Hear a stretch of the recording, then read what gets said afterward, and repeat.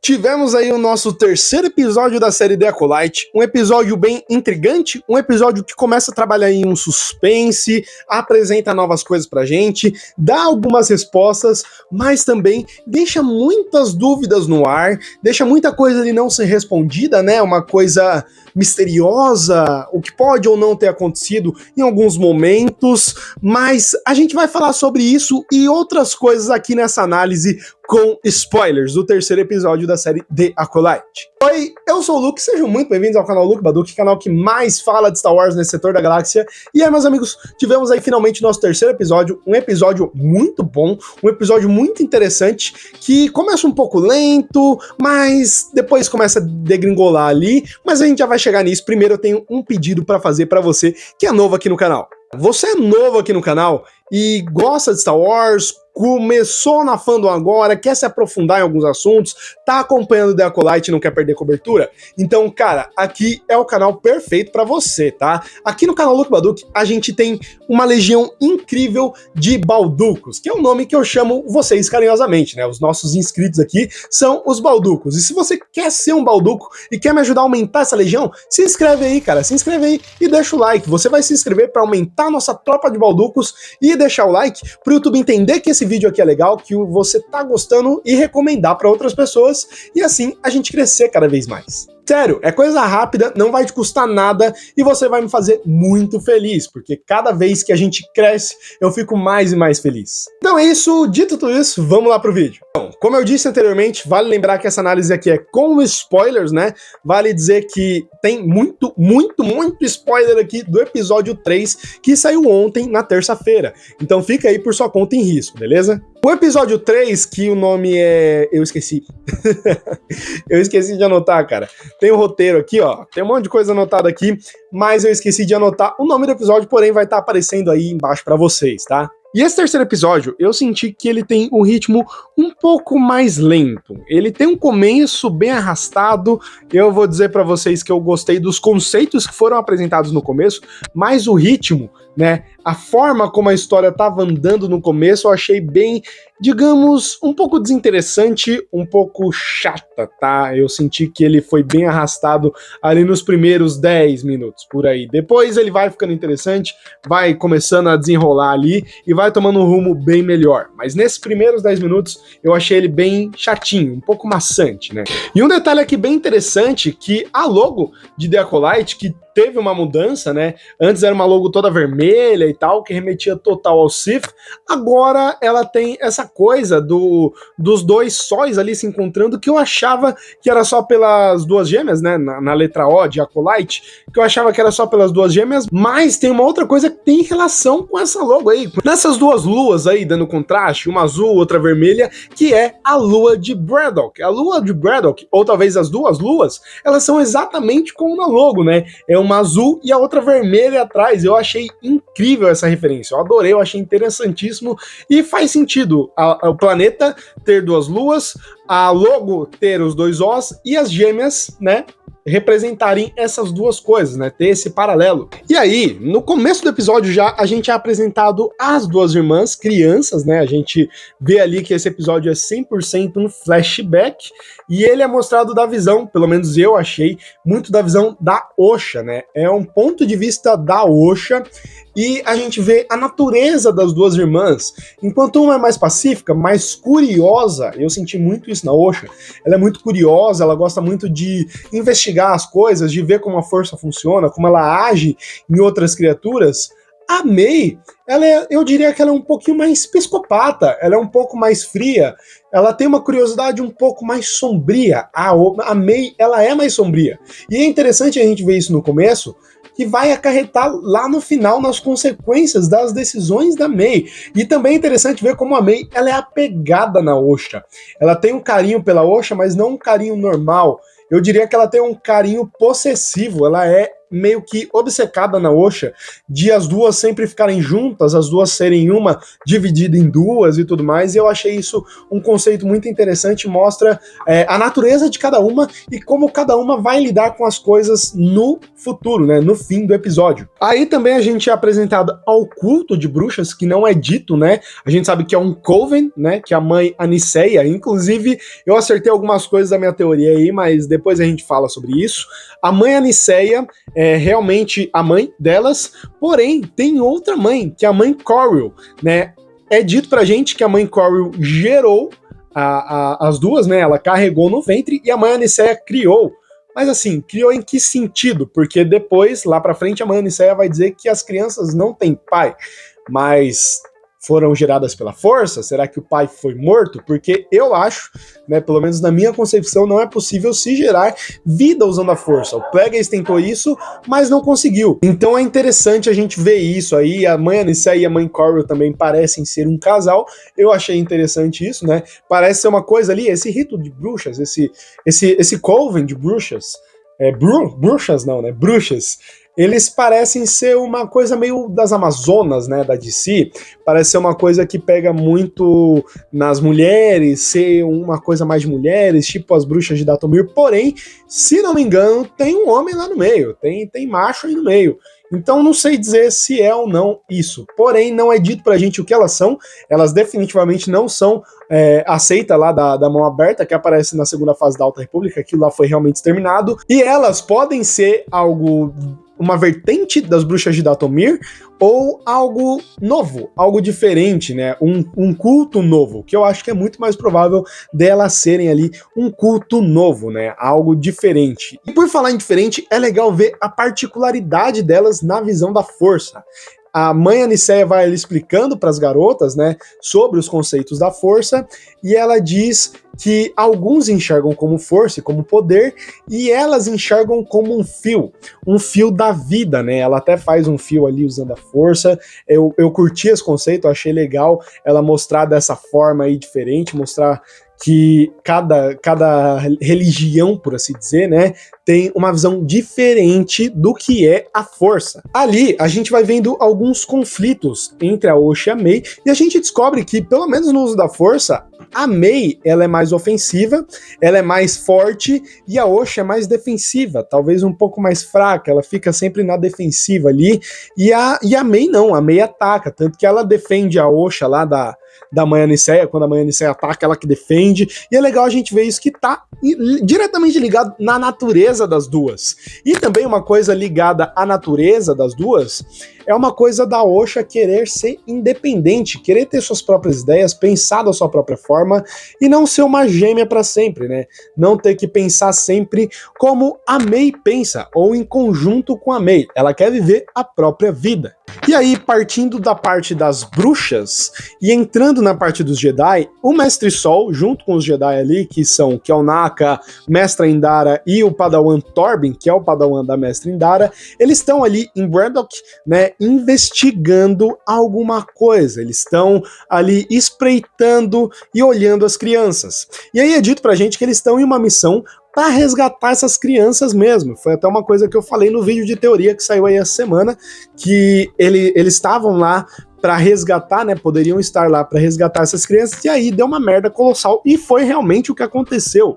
Eles estão lá para resgatar essas crianças, para meio que levá-las para treinar, e é legal ver o debate ideológico entre esse culto e entre os Jedi. O culto tem uma visão de que os Jedi vão raptar as crianças e levar para longe, levar para eles, como se eles fossem ladrões, né, de crianças. E isso não é novo no cânone. A gente já viu algo parecido em um outro culto da força que detestava os Jedi e achava que eles eram raptores de crianças. Então isso é muito interessante a gente ver esses paralelos, né? Essa visão diferente dos Jedi. E os Jedi chegam lá falando, não, tem crianças com acesso à força aqui, e os Jedi tem que treinar, e é isso, e é nóis. E, cara, não tem como dizer que o culto das bruxas tá errado, porque os Jedi estão chegando lá para levar as crianças deles, as únicas crianças deles.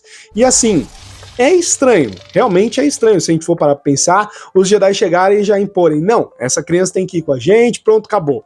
Então é legal ver esse conflito de ideias, esse conflito ideológico aí sendo trabalhado na série. E aí depois de muita conversa a gente até vê aquela cena do trailer que eu levantei no vídeo de teoria, que é o Torben sendo possuído, né? Ele aparentemente foi pego numa magia ali da mãe Aniceia. E ela até fala que, se você quiser que seu Padawan saia com o juízo intacto, vai embora. E os Jedi pedem para fazer os testes e eles vão fazer os testes nas crianças. A Aniceia diz para as crianças mentirem, mas a Osha não quer mentir porque ela quer se tornar uma Jedi. Ela já tem o interesse em se tornar uma Jedi aí. E é legal a gente ver como são feitos os testes, que é uma coisa bem o Anakin ali, né? Bem o Anakin ali no episódio 1, fazendo os testes lá no Conselho Jedi, lá em Coruscant. O Mestre Sol, é legal ver desde o começo que ele e a Osha, eles têm uma ligação, né? Eles têm uma coisa ali que eles logo de cara já se dão bem. E o Mestre Sol vai fazer os testes com a Osha, ele percebe que ela tá mentindo, ela passa e ele queria que ela passasse, porque ele viu que ela tava mentindo, que ela tava errando ali, né? Não mentindo, mas ele viu que ela tava errando, e aí ele fala, não, você acertou, é isso, tá certo.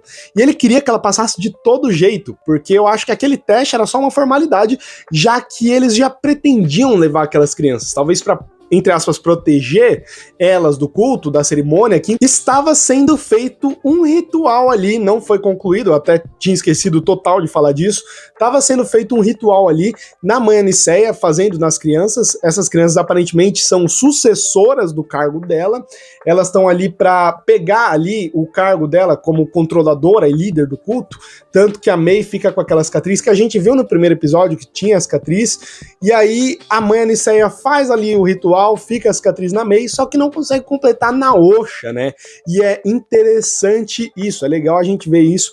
A mãe Aniceia até fala, vocês vão me suceder, vocês vão suceder o poder e a liderança do nosso culto, etc e tal. E aí, já faz paralelo com o primeiro episódio também, na hora que a Indara, ela vê a May, ela primeiro acha que é a Osha, depois ela vê aqui a marca, ela reconhece. Então ela ficou confusa porque ela reconheceu a May, já que o Mestre Sol falou, aquela marca ali não estava ali de manhã. E a Mestre Indara deu uma olhada e tinha a marca lá, e ela reconheceu como sendo a marca do culto, e depois ela reconhece como sendo a May e não a Osha. E aí, a gente chega na parte onde deu merda, sabe? A gente vai vendo desde do meio do episódio ali que tá tendo um conflito crescente entre os Jedi e as bruxas querem atacar os Jedi não querem ser atacados, mas estão ali para se defender, provavelmente eles não vão se deixar ser atacados, né? E aí, a Osha, ela passa nos testes, ela vai embora, ela conversa com a mãe Aniceia lá e tal, né? A mãe Aniceia dá a bênção, mas a May não quer que ela vá. Lembra quando eu falei, no começo da análise, que a May, ela tem essa coisa mais possessiva com a Osha, de que elas têm que ficar juntas e tudo mais? Então, nisso aí, a Osha fala, você não vai embora porque eu vou matar você. E ela realmente bota fogo lá no quarto delas e no templo todo, aparentemente. Ela pega ali uma célula de combustível, né, algo que é tipo uma tocha, taca no chão, começa a pegar fogo. E é interessante a gente ver isso, que tinham teorias de que, pelo menos eu fiz essa teoria, né, de que talvez não tivesse sido a May que tacou fogo ali, de que talvez tivesse sido outra pessoa, mas não, realmente foi ela, e cabe nessa visão dela ser um pouco mais fria, um pouco mais psicopata, e nela futuramente ser acólita, porque se a gente for levar pelo lado histórico, né, quando nasciam gêmeos em algumas culturas, sempre tinha um gêmeo que era morto, porque se dizia que um gêmeo nascia bom e o outro gêmeo nasceria ruim. Então aí nessa seita, nessa cultura, nasceram as gêmeas, e realmente nessa história a gente percebe que nasceu uma gêmea pro lado bom e uma gêmea pro lado ruim, uma gêmea pro lado da luz e outra gêmea pro lado sombrio. E em Star Wars Old Republic, a gente tem os filhos do VT8, né, os príncipes lá, eu esqueci o nome deles, mas a gente tem os filhos deles, que um deles é o do lado sombrio e o outro é o altruísta, o outro é o do lado da luz. Eles são treinados juntos, mas posteriormente um acaba matando o outro. E é interessante a gente ver esse paralelo aí. Na hora me remeteu, o Pedro do Velho Kenobi também depois mandou lá pra mim, que realmente remeteu na hora, cara. É interessante demais ver esses paralelos que Star Wars vai construindo, e é interessante ver que a Leslie Helen sabe o que tá fazendo ali. Ela tá pegando as referências certas, aparentemente. Bom, depois a gente vê que tudo ali tá destruído, tudo tá pegando fogo, onde tinha uma célula de combustível ali, meio que uma usina de energia na montanha onde as irmãs ficam ali, né, onde o culto fica, ele explode, e a Mei e a Osha, elas são divididas num paralelo cinematográfico ali, num paralelo visual muito interessante, que tem uma plataforma que cai e divide uma de um lado, outra do outro.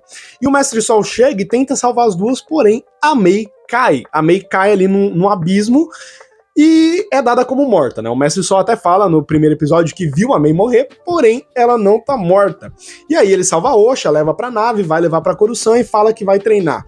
E aí ele fala, não, tem várias crianças lá, você não é a única, como você era aqui no seu planeta, que vocês eram as únicas crianças, não, lá tem mais e tal. E aí começa a relação deles, e a Mei sobrevive, né? Ela aparece no final do episódio olhando pra árvore que elas sempre ficavam lá, as irmãs, que parece até um IP, né? Um IP amarelo. Fica lá olhando pra árvore, toda cheia de fumaça, de sujeira e tal, mas viva.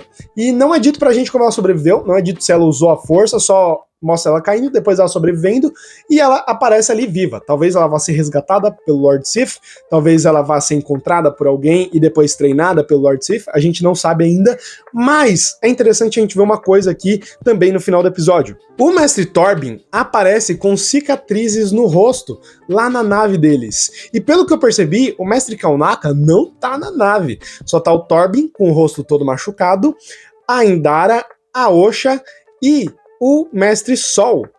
E é interessante a gente pensar nisso, porque nos trailers a gente vê que o Torbin e o Kaunaka, eles entram em conflito, e o Torbin, ele é o mais suscetível ali ao poder das irmãs, né, ao poder das bruxas. Então o que será que pode ter acontecido aí? Vou soltar uma teoria aqui. Eu fiz minha teoria ontem, boa parte dela caiu por terra, porém, ainda dá para se utilizar, já que a gente não viu o que aconteceu nesse período aí, porque tem ali a Mei tacando fogo em tudo, mas depois meio que corta, não é mostrado pra gente o que aconteceu, não é mostrado pra gente se as bruxas e os Jedi tiveram um conflito, e eu acho que sim, houve um conflito entre eles. Eu acho que é provável que depois que tudo pegou fogo, os Jedi tenham chegado lá pra resgatar, as bruxas tenham visto e pensado, pô, os Jedi tacaram fogo aqui e estão querendo matar a gente pra levar as nossas crianças.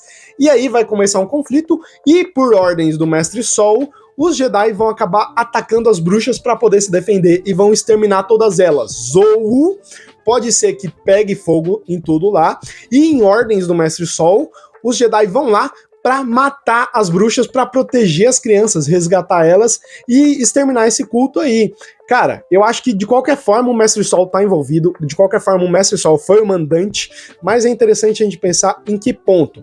O que ele fez? Qual foi a parte? Mas eu acho que realmente vai ter esse conflito aí entre as bruxas, e eu acho que em algum momento elas vão pegar o Torbin ali pra Cristo, vão botar magia nele, e o menino, coitado, vai acabar sendo usado ali como um fantoche, uma marionete pra elas, vão lutar, ele e o Kaunaka vão lutar e tal, e o Kaunaka acho que vai embora da Ordem Jedi nesse momento, e é aí que ele se exila, e depois talvez seja aí que o Mestre Torbin entre no voto de Barash ali, né, entre ali como um exílio para ele e no seu silêncio de 10 anos no planeta que ele estava lá exilado.